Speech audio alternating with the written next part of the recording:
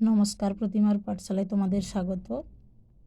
আজকে আমরা পঞ্চম শ্রেণীর পরিবেশ প্রশ্নবিচিত্রা 2025-এর প্রথম স্কুল ফার্স্ট সাবমেটিভের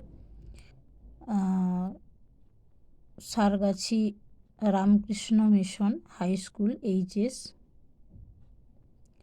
স্কুলটার প্রথমে 1 নম্বরে আছে, দেখো সম্পূর্ণ বাক্যে উত্তর দাও। 1 নম্বরে আছে অস্থি সন্ধি কাকে বলে। দেখো পরপর আমি সব প্রশ্নের উত্তরগুলো তোমাদের লিখে দিয়েছি। প্রাণীদেহের 2টি হাড়ের জোড়কে অস্থি সন্ধি বলা হয়ে থাকে। তারপরে প্রশ্নতে আছে, দেখো 2 নম্বর দাগে আমাদের হাতের 5টি আঙ্গুলে মোট কয়টি হাড় আছে। আমাদের হাতের 5টি আঙ্গুলে মোট 14টি হাড় আছে। 3 আছে মাটির একটি সজীব উপাদানের নাম লেখো। মাটির একটি সজীব উপাদান হলো কি কেঁচো।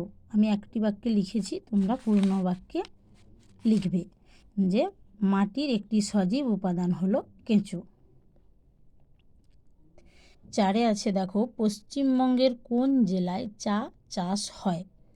দার্জিলিং জেলাতে। কোন খাদ্যে বেশি ক্যালসিয়াম পাওয়া যায়। দুধে। 2 দাগের শূন্যস্থান পূরণে আছে মানব দেহের সবথেকে বড় অস্থির নাম ফিমার। 2 ড্যাশের জন্য মানুষের ত্বকের রং কালো হয়। মেলানিনের জন্য। 3 আছে দুধে ড্যাশ দিলে ছানা কেটে যায়। দুধে লেবুর রস দিলে ছানা কেটে যায়। 4 আছে ড্যাশ যন্ত্রের সাহায্যে আমরা হৃৎপিণ্ডের স্পন্দন শুনতে পাই। স্টেথোস্কোপ যন্ত্রের সাহায্যে আমরা হৃৎপিণ্ডের স্পন্দন শুনতে পাই। 5 আছে ডট চিকিৎসা ড্যাশ রোগের জন্য করতে হয়। যক্ষা রোগের জন্য করতে হয়। এবার দেখো 3 দাগে আছে সঠিক উত্তরটি দিয়ে বাক্যটি সম্পন্ন করো। জলে পাওয়া যায় এমন একটি অমেরুদণ্ডী প্রাণীর নাম মাছ। যে প্রাণীটিকে ধরা বেআইনি সেটি হলো কচ্ছপ। 3 রসিক বিল অবস্থিত কোচবিহারে। ত্বকে রোদ লাগলে কোন ভিটামিন তৈরি হয়। Vitamin D. এবার কি বলেছে 4 নিচের প্রশ্নগুলির উত্তর দাও। ফুসফুসে যক্ষা রোগ হলে কি কি লক্ষণ দেখা যায়। দেখো 4 এতে এখন যক্ষা রোগের লক্ষণ হলো, ফুসফুসে যে যক্ষা রোগের লক্ষণ হলো দীর্ঘদিন ধরে কাশি হয়। 2 কাশির সঙ্গে রক্তপাত হয়। 3 সন্ধ্যার দিকে জ্বর হয়। 4 শরীরের ওজন কমে যায়। 5 শরীর দুর্বল হয়ে পড়ে। এবার তারপরের প্রশ্ন আছে বাড়িতে কিভাবে ওআরএস তৈরি করবে। আমরা অনেকে প্যাকেট ওআরএস কিনে আনি, সেটার থেকেও বাড়িতে খুব সহজেই তৈরি করে নিতে পারবে তোমরা। সেটার পদ্ধতি হলো প্রথমে একটি পরিষ্কার পাত্রে কিছুটা পানীয় জল নিতে হবে। তারপর জলটাকে অন্তত 20 মিনিট ফুটাতে হবে।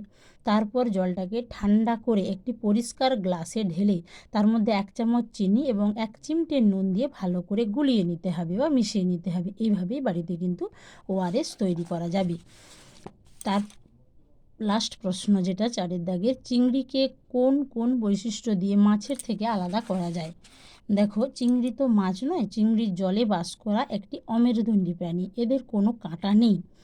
মাছের গায়ে থাকে আঁশ, কিন্তু চিংড়ির গায়ে থাকে শক্ত খোলক।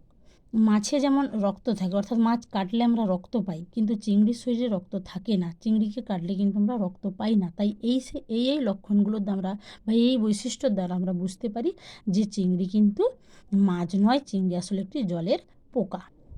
নমস্কার। আমার ভিডিওটা ভালো লাগলে অবশ্যই একটি লাইক করে দিও এবং যারা যারা এখনও আমার চ্যানেলটি সাবস্ক্রাইব করোনি তারা অবশ্যই সাবস্ক্রাইব করে দিবে। আমি চেষ্টা করব তোমাদের এইভাবে সমস্ত প্রশ্নবিচিত্রার প্রত্যেকটা বিষয় অনুযায়ী আলোচনা করে দেওয়ার জন্য। পাশে থাকার জন্য ধন্যবাদ।